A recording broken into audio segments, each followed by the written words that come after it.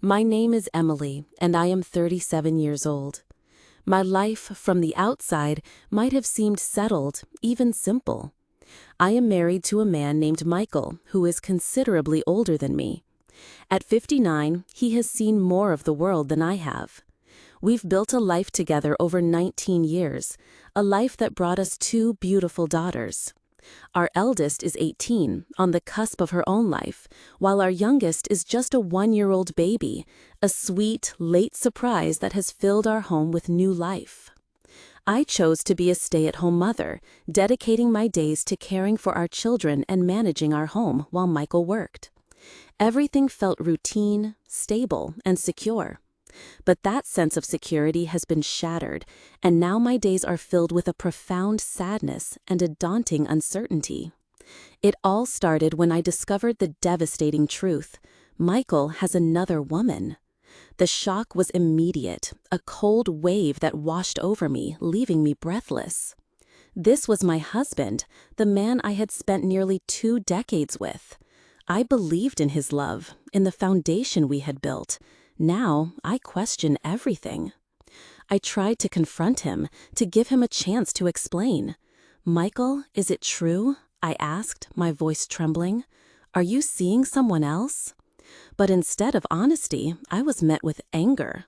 "You're creating drama over nothing," he snapped, his eyes cold and dismissive. But I knew. A wife always knows.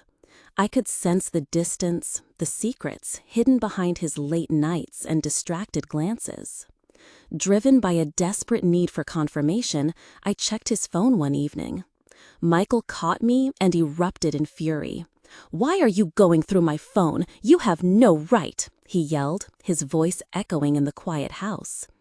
I was terrified, but my need for the truth was stronger than my fear. Later, I found my proof in the phone bill. A single number appeared over and over again, called almost daily. With a heavy heart and shaking hands, I dialed it. A woman answered. She was Michael's girlfriend. I learned that she is the same age as me, also married with a daughter of her own. Her words cut me deeper than I could have imagined. "It's not my problem if my husband finds out," she said, her tone careless and cold. My world crumbled. My heart felt as if it had been broken into a million pieces. I confronted Michael again, this time armed with the undeniable truth. But his anger only intensified. "I'll end it when I'm ready," he declared, his voice laced with a cruel sense of power. "You don't get to tell me what to do." I broke down in tears. This wasn't the first time he had betrayed me. It happened once before, right after our first daughter was born. Now, history was repeating itself with our second.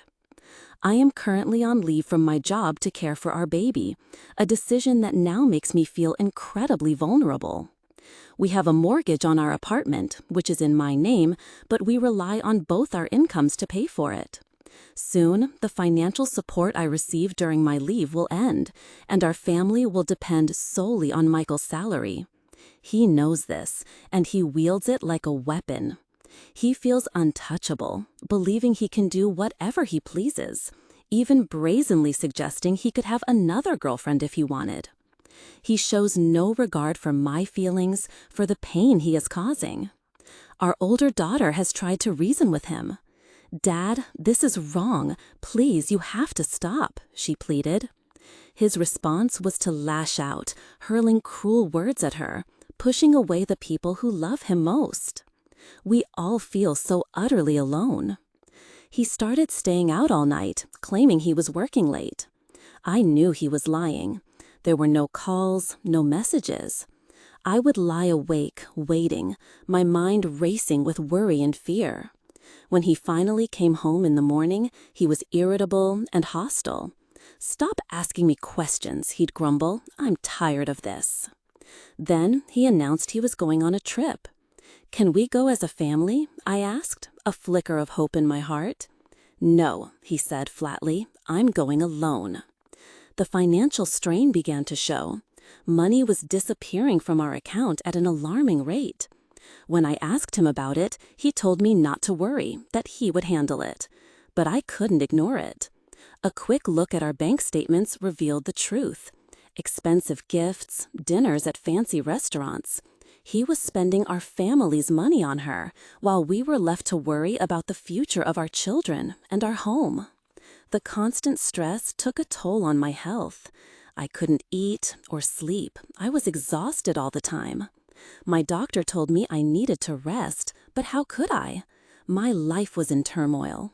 My husband was with another woman, our finances were dwindling, and I felt completely powerless.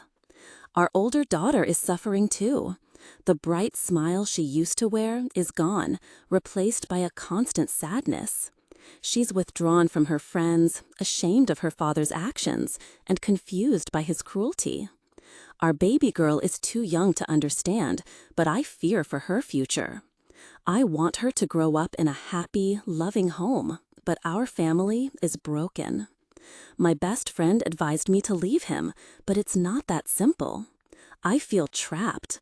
Without a job, I can't support our children on my own. I need him.